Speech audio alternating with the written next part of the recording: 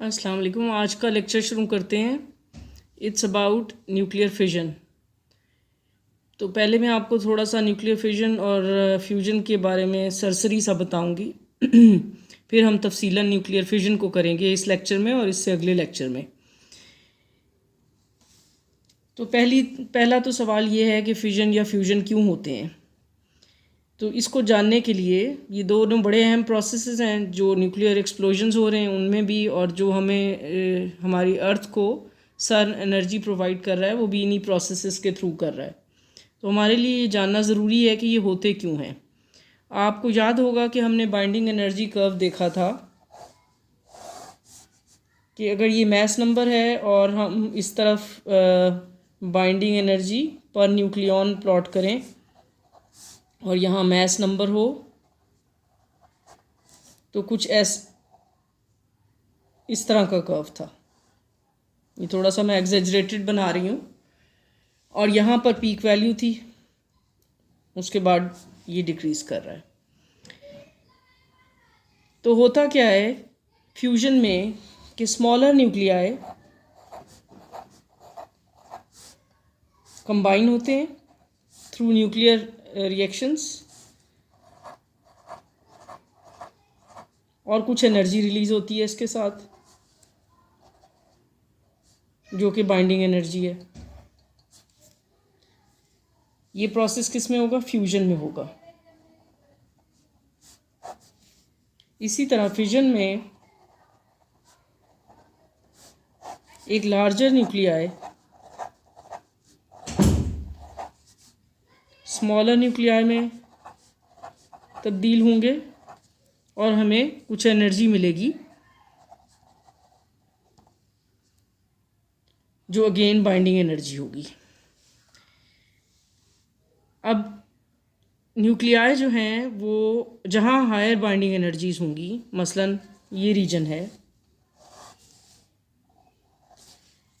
ये सबसे ज़्यादा स्टेबल होंगे। जितनी binding energy per nucleon is greater those nuclei are more stable. वजह क्या है कि जिन्होंने इनको जोड़ कर रखा हुआ है वो एनर्जी अगर ज़्यादा है तो इनको तोड़ने के लिए ज़ाहिर है ज़्यादा मेहनत करनी पड़ेगी या ज़्यादा एनर्जी प्रोवाइड करने की ज़रूरत होगी। इसका मतलब ये है कि यहाँ ये ज़्यादा स्टेबल होंगे जब इनकी बाइंडिंग एनर्जी होगी। इसका मतलब ये है कि यहाँ जो कम एनर्जी वाले न्यूक्लियाई हैं, बाइंडिंग एनर्जी पर न्यूक्लियॉन जिनकी कम है या ये हैं, वो ज़्यादा अनस्टेबल हैं उनकी निस्बत जहाँ बाइंडिंग एनर्जीज ज़्यादा हैं। तो नेचुरली ये मसलन यहाँ से दो न्यूक्लियाई इन दो पॉइंट से कंबाइन होके इस तरफ जाना चाहेंगे, हायर मैस नंबर की तरफ। दो स्मॉलर मैस नंबर एक हायर मैस नंबर की तरफ जाना चाहेंगे, ज़्यादा स्टेबिलिटी की तरफ जाना चाहेंगे। तो ऐसे प्रोसेस में फ्यूजन होगा, जिसको हम फ्यूजन कह रहे हैं। दूसरी तरफ आप ये सूरत हाल देखिए कि अगर हायर मैस नंबर हो तो ये ब्रेक डाउन होगा इसका। जो यहाँ पर न्यूक्लियाई है वो इन दोनों में तब्दील होना चाहेंगे। तो यहाँ पर आप देखिए बाइंडिंग एनर्जी की हायर वैल्यू है, यहाँ पर हायर वैल्यू है। तो एक लार्जर न्यूक्लियाई जो है दो स्मॉलर न्यूक्लियाई में तब्दील होना चाहेगा टू अचीव द स्टेबिलिटी।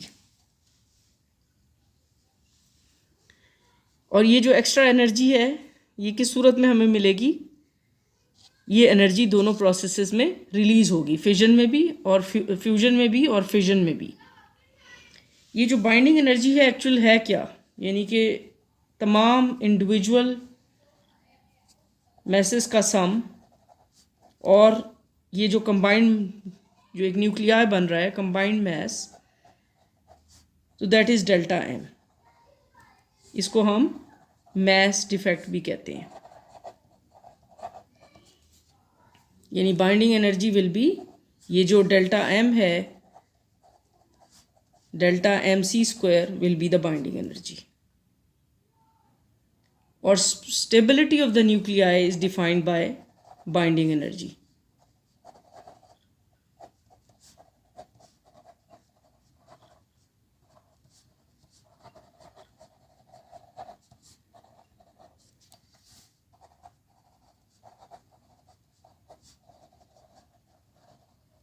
यानी जितनी ये एनर्जी ज़्यादा होगी, जितनी इसकी वैल्यू ज़्यादा होगी उतना सिस्टम स्टेबल होगा, और जितनी ये वैल्यू कम होगी उतना अनस्टेबल होगा. So higher value more stability, lower value less stability.